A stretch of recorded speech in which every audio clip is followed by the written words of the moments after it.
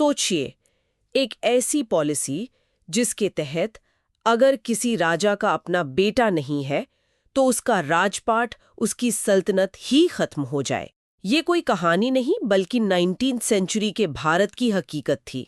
आज हम लॉर्ड डलहौजी और इसकी जो मशहूर एनेक्सेशन पॉलिसी थी उस पर बात करने वाले हैं। मतलब भारतीय रियासतों को ब्रिटिश राज में मिलाने की नीति। हम 1848 से 1856 के उस दौर को समझेंगे जब ब्रिटिश साम्राज्य का नक्शा भारत में बहुत तेजी से फैला। हमारे पास जो सोर्सेज हैं वो इस पॉलिसी के पीछे की सोच, इसके तरीकों और इसके असली इरादों को उजागर करते हैं। आज हम ये समझने की कोशिश करेंगे कि डलहौजी के आने के बाद अचानक ऐसा क्या हुआ कि ब्रिटिश राज इतनी तेजी से एक्सपैंड होने लगा। चलिए इस कहानी को जरा खोद कर देखते हैं। तो साल था 1848 जब लॉर्ड डलहौजी गवर्नर जनरल बनकर भारत आया और वो अपने इरादों को लेकर जरा भी कंफ्यूज नहीं था। हमारे सोर्सेज बताते हैं कि उसने आते ही साफ कह दिया था, और ये उसी के शब्द हैं, भारत की सभी रियासतों का खात्मा तो बस समय की बात है। मतलब एजेंडा पहले दिन से ही क्रिस्टल क्लियर था। हाँ, इरादे तो बिल्कुल साफ थे, लेकिन ये समझना जरूरी है कि ये सिर्फ किसी एक आदमी की जिद नहीं थी। इसके पीछे एक बहुत बड़ी इकोनॉमिक रियलिटी थी।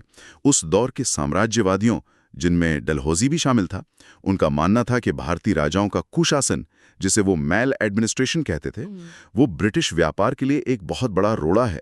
उन्हें लगता था कि जब तक इन रियासतों पर उनका सीधा कंट्रोल नहीं होगा, वो मैनचेस्टर में बने अपने कपड़े और दूसरे सामान के लिए भारत में एक बड़ा खुला बाजार नहीं बना सकते। अच्छा, तो मतलब ये सिर्फ जमीन पर कब्जे की बात नहीं थी, ये मार्केट पर कब्जे की लड़ाई थी। बिल्कुल।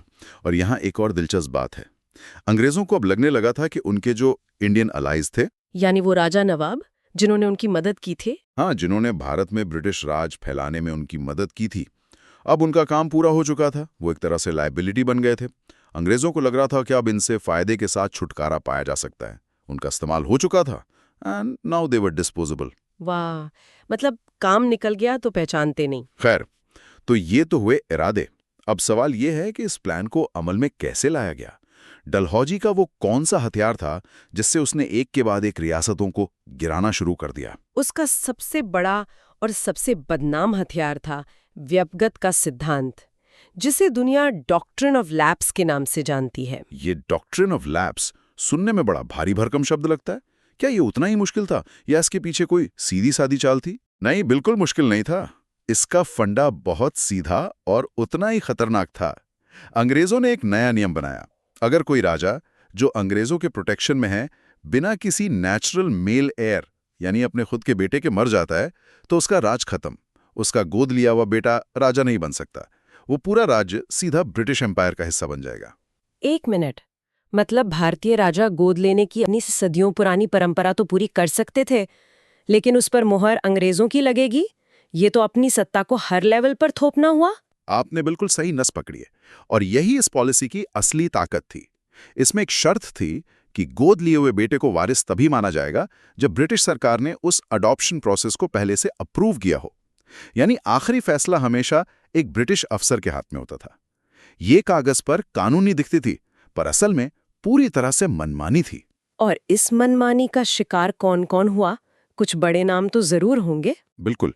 इसकी शुरुआत 1848 में सतारा से हुई, फिर एक लंबी लिस्ट है, लेकिन जो नाम आज भी लोगों को याद हैं वो हैं 1854 में हड़पे गए नागपुर और झांसी। झांसी का नाम तो बच्चा बच्चा जानता है। हाँ, रानी लक्ष्मीबाई के 1857 के संग्राम के पीछे की सबसे बड़ी वजह यही डॉक्ट्रिन ऑफ लैप्स थी, जिसने उन्हें अपनी रियासत बचाने के लिए हथियार उठाने पर मजबूर कर दिया। तो ये तो हुई जमीन हड़पने की बात, लेकिन सोर्सेज बताते हैं कि डलहौजी का हमला सिर्फ जमीन पर नहीं था, वो राजाओं के सम्मान और उनकी पहचान पर भी था। ये क्या मामला था? हाँ, ये उसकी स्ट्रैटेजी का दूसरा हिस्सा था। उसने कई पुराने शासकों की उपाधियां यानी उनके टाइटल्स और उनकी पेंशन को मान्यता देने से भी इनकार कर दिया। कर्नाटक और सूरत के नवाबों और तंजौर के राजा की उपाधियां खत्म कर दी गईं। इसका मतलब ये था कि अब वो सिर्फ नाम के राजा भी नहीं रहे, उनकी पूरी हिस्टोरिकल आइडेंटिटी ही मिटा दी गई। और पेंशन का मामला, मुझे लगता है नाना साहेब वाला किस्सा यहीं फिट होता है ना? ठीक है। पूर्व पेशवा बाजीराव द्वितीय, जिन्हें अंग्रेजों ने पुणे से हटाकर बिठूर भेज दिया था, उन्हें एक पेंशन मिलती थी। जब उनकी मौत हुई तो डलहौजी ने उनके गोद लिए बेटे नाना साहेब को वो पेंशन देने से साफ मना कर दिया। ये सिर्फ पैसों की बात नहीं थी, ये एक बहुत बड़ा अपमान था, और इसी अपमान ने नाना साहेब को ब्रिटिश राज का एक कट्टर दुश्मन बना दिया, जिसका नतीजा हमें 1857 की क्रांति में साफ दिखाई देता है। ठीक है, तो डॉक्ट्रिन ऑफ लैप्स और पेंशन छीनने जैसे सीधे साधे नियम तो समझ आते हैं, भले ही वो कितने भी अनफेयर क्यों न हो। लेकिन हर मामला इतना सीधा नहीं था, है ना? मैं अवध के बारे में सोच रही हूँ। वहां तो डलहौजी का कोई भी नियम काम नहीं कर रहा था। हाँ, अवध का मामला डलहौजी के लिए एक बड़ी चुनौती था, और उसकी वजह भी साफ थी। एक तो अवध के नवाब बक्सर की लड़ाई के बाद से ही अंग्रेजों के पक्के दोस्त थे। दूसरा, वो हमेशा वफादार रहे, अंग्रेजों ने जो कहा वो किया। और सबसे जरूरी बात, नवाब वाजिद अली शाह के कई बेटे थे, तो डॉक्ट्रिन ऑफ लैप्स का तो सवाल ही पैदा नहीं होता था। तो फिर अवध को कैसे हड़पा गया? जब कोई बना बनाया बहाना ना हो तो क्या किया जाता है? तब एक बहाना बनाया जाता है। डलहौजी को कोई ऐसी वजह चाहिए थी जिसे वो दुनिया के सामने रखकर अपने फैसले को सही ठहरा सके। बहुत सोचने के बाद उसे एक शानदार आइडिया आया, अवध की जनता को उनके जालिम नवाब से बचाना। उसने खुद को अवध की जनता के मसीहा के तौर पर पेश करने की कोशिश की। ये तो बड़ी नोबल सोच थी। तो आरोप क्या लगाया गया? आरोप ये लगाया गया कि नवाब वाजिद अली शाह अपने राज्य में कुशासन कर रहे हैं, जनता दुखी है और वो कोई भी सुधार लागू करने से मना कर रहे हैं। इसी मानवतावादी बहाने का इस्तेमाल करके 1856 में अवध को ब्रिटिश इंडिया में मिला लिया गया। नवाब को गद्दी से उतारकर कलकत्ता भेज दिया गया। लेकिन क्या इन आरोपों में कोई सच्चाई थी? क्या अवध का प्रशासन वाकई इतना खराब था? देखिए, सोर्सेस कहानी के दोनों पहलू बताते हैं। ये सच है कि अवध का एडमिनिस्ट्रेशन काफी खराब हो चुका था। नवाब वाजिद अली शाह वाकई अपने ऐशो आराम में ज्यादा डूबे रहते थे और उन्हें अपनी प्रजा की खास फिक्र नहीं थी। तो फिर डलहौजी सही था। यहीं पर एक बड़ा सवाल खड़ा होता है जो हमारे सोर्सेज भी उठाते हैं कि इस खराब हालत के लिए आखिर जिम्मेदार कौन था। सच तो ये है कि इसकी जिम्मेदारी काफी हद तक खुद अंग्रेजों की थी। 1801 से ही अवध इनडायरेक्टली ब्रिटिश कंट्रोल में था। अंग्रेजों ने नवाब की अपनी सेना खत्म करवा दी थी, उसकी जगह अपनी सेना रख दी थी, और एडमिनिस्ट्रेशन में उनका जबरदस्त दखल था। तो अगर प्रशासन बिगड़ा तो उसके जिम्मेदार वो भी थे। अच्छा, तो फिर अवध को हड़पने का असली कारण क्या था?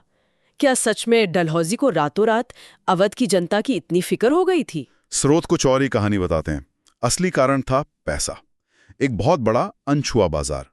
अंग्रेजों को अवध, मैनचेस्टर में बने कपड़े और दूसरे सामान के लिए एक बहुत बड़े पोटेंशियल मार्केट के तौर पर नजर आ रहा था। इसी इकोनॉमिक ग्रीड ने डलहौजी की परोपकारी भावनाओं को जगाया था। जनता की भलाई तो सिर्फ एक पर्दा था। और क्या इसका कोई और भी उदाहरण है जहां आर्थिक लालच साफ साफ नजर आता हो? बिल्कुल। 1853 में ब्रिटेन की टेक्सटाइल मिलों को कच्चे कपास की सख्त जरूरत थी। इस डिमांड को पूरा करने के लिए डलहौजी ने निजाम से कपास उगाने के लिए मशहूर बरार प्रांत भी छीन लिया। यहां भी वजह पूरी तरह से इकोनॉमिक थी, कोई कुशासन या उत्तराधिकार का बहाना नहीं था। ये सब कुछ सतारा, झांसी, अवध, बरार, ये सारी एनेक्सेशंस, जब हम इन सबको एक साथ देखते हैं तो एक बड़ी तस्वीर सामने आती है। और हमारे सोर्सेज यहाँ एक बहुत ही चौंकाने वाला, ऑलमोस्ट रैडिकल आइडिया सामने रखते हैं। वो कहते हैं कि उस समय जिसे हम भारतीय राज्य या इंडियन स्टेट कह रहे हैं, वैसा कुछ असल में था ही नहीं। ये एक बहुत ही दिलचस्प और गहरा पॉइंट है। जिन्हें हम प्रोटेक्टेड नेटिव स्टेट्स कहते थे, वो भी उतनी ही ब्रिटिश एम्पायर का हिस्सा थीं जितने कि वो इलाके जिन पर कंपनी सीधे हुकूमत करती थी। फर्क सिर्फ शासन करने के तरीके का था।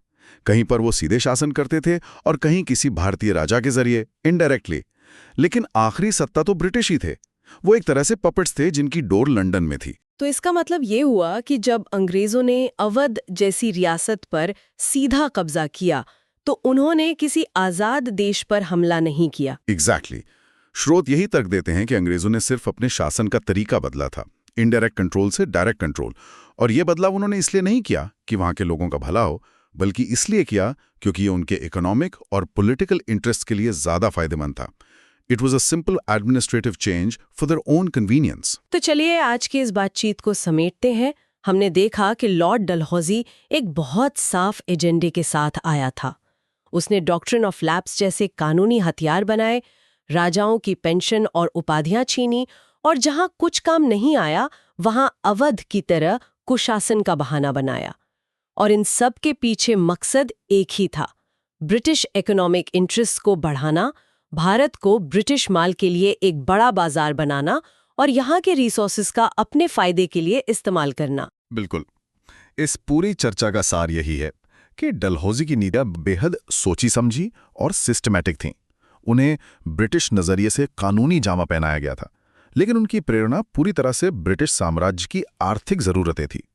कुशासन, उत्तराधिकारी की कमी, ये सब सिर्फ टूल्स थे जिनका इस्तेमाल असली मकसद को हासिल करने के लिए किया गया। ये साम्राज्यवाद का एक क्लासिक उदाहरण है, जहां नैतिक दलीलों का इस्तेमाल आर्थिक शोषण को छिपाने के लिए किया जाता है। आज की चर्चा में हमने विलय के पीछे के ब्रिटिश कारणों और उनकी सोच को समझा, लेकिन ये हमें एक और गहरे सवाल पर सोचने के लिए मजबूर करता है। इस सीधे ब्रिटिश शासन का उन आम लोगों पर, उन किसानों, कारीगरों और सैनिकों पर तत्काल क्या असर पड़ा होगा, जिन्होंने रातों रात अपने सदियों पुराने शासकों और व्यवस्थाओं को खो दिया था, भले ही वो व्यवस्थाएं कितनी भी खराब क्यों न रही हों।